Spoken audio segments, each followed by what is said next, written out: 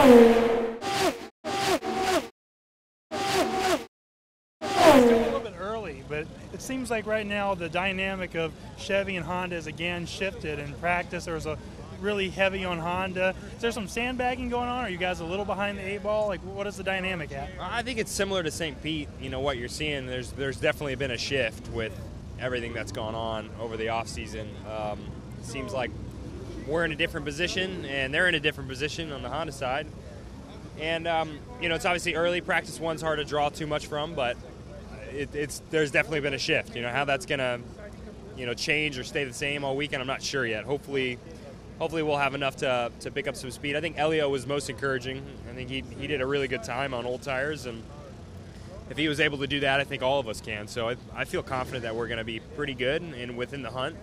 You know, how in the hunt we'll be, I'm not sure yet. Because it has been a shift, and there's been a shift back and forth over the past couple of years. IndyCar released the sketches of the 2018 Body Works. How do you feel about that? Is it going to get us back to that parity that we were at a couple of years ago when the DW12 first came out? I mean, you'll probably have extreme parity. You know, I mean, I think the parity's been great in IndyCar for the last couple of years, even when everyone's been ranting about the Chevy dominance. I don't think there's been a huge disparity. You got one manufacturer winning the championship, one winning the Indianapolis 500. So you've had great parity all along.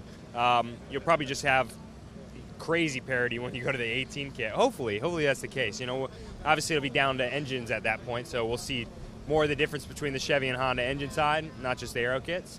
But we've always had good parity. I mean, you know, when you look at the world of motorsports and specifically open wheel racing, you can't get any better parity than IndyCar. So that's always been good, and it'll probably be even closer when they do the 2018 kit. You haven't driven in the Verizon IndyCar series for that long, but in talking to the veterans, the guys who have been around for 10 plus years, do you like this direction from what you understand? Oh yeah, I mean, you know, IndyCar I think has only gotten better since I've joined it in 2010.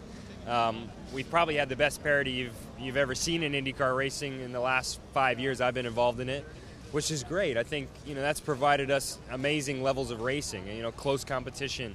And nowadays, I think people want to see that. You don't want to see one car leading by an entire lap, or, you know, only 10 or 15 guys finishing in Indianapolis 500. You want to see everyone finishing very close and having kind of a dogfight after, you know, the final laps of every race. And I think you get that with IndyCar racing, and you're just going to get more of that with the 2018 kit. And we're going to take it even a further direction, or I should say a further step, with IndyCar trying to make the cars even more drivable behind other cars. It's already pretty easy for us to follow closely, but we're going to try and make it even better, which is just going to promote more and more racing. So I'm happy about our direction. I think IndyCar's nailing it right now, and can't wait till 2018 to see that kit.